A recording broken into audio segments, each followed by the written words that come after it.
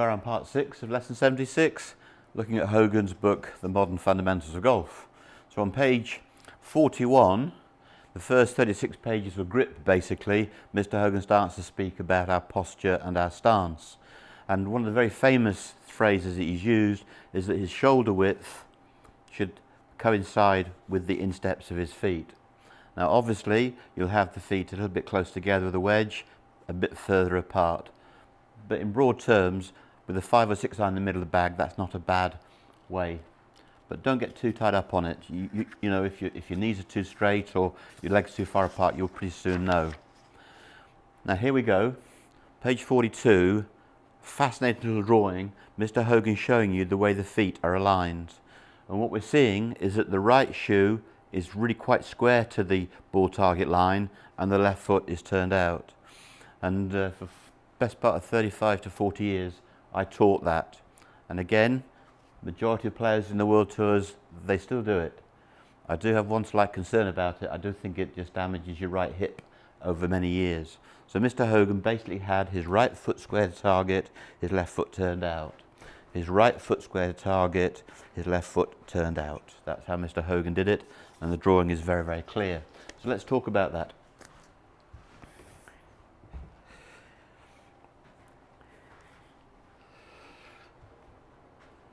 For many years I had a niggling pain just in there, just below my belt line in the lower part of my back, and it niggled away, and I thought that I'd done it lifting a weight badly or sleeping badly, but it had niggled me. Anyway, one of my assistants said he needed to have a little playing lesson with me and would I fix his swing, so I went out with Gary Lenihan, who's the pro at Trevose now, lovely guy and great player, good all-round egg, and his grip was very strong, so I fixed his grip on the first and he was fine. And as we played a few holes, he said, Luther, he said, your hips are open at address. I said, excuse me, actually, Gary, they're not, I'm parallel.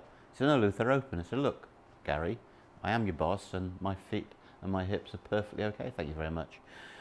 But anyway, it started to make sense, and I couldn't work out why were my hips open, because I'd been told that if my heels were parallel, then I'd be safe. I could turn this toe out, and that slightly open toe line. But I was taught as a youngster, as long as the heels were parallel. But I discovered this, that if my right foot is square and I turn my left foot out, my hips open quite a few degrees. So having taught that for decades, I would now recommend you that you have your feet evenly turned out. Now, some of you work a bit pigeon-toed and some people are splayed, but I would now suggest to people that the feet are evenly turned out. So in the old days it was right foot square, left foot turned out. I would now advocate that the feet are evenly turned out. And what was interesting was, about 2 weeks later the niggle went and it hasn't come back since. But because I had open hips, I was coiling against something that couldn't move. This was getting pressurized and it hurt. And the moment I released it, I could coil into my right hip and the glute and it not hurt. So it's a very subtle thing. And again, when you're a youngster, you just think that the old pro's fussing about them. But I just know that years down the line, they're going to probably play a price just in there. So I know quite a few of you watching this video, they'll have a bit of a niggle right there where you know where it came from. It came from the right foot being square. All right, so I'm going to hit you a shot. Just watch the way the right hip and the right foot loads in the backswing. So I load the shoulder and I go through.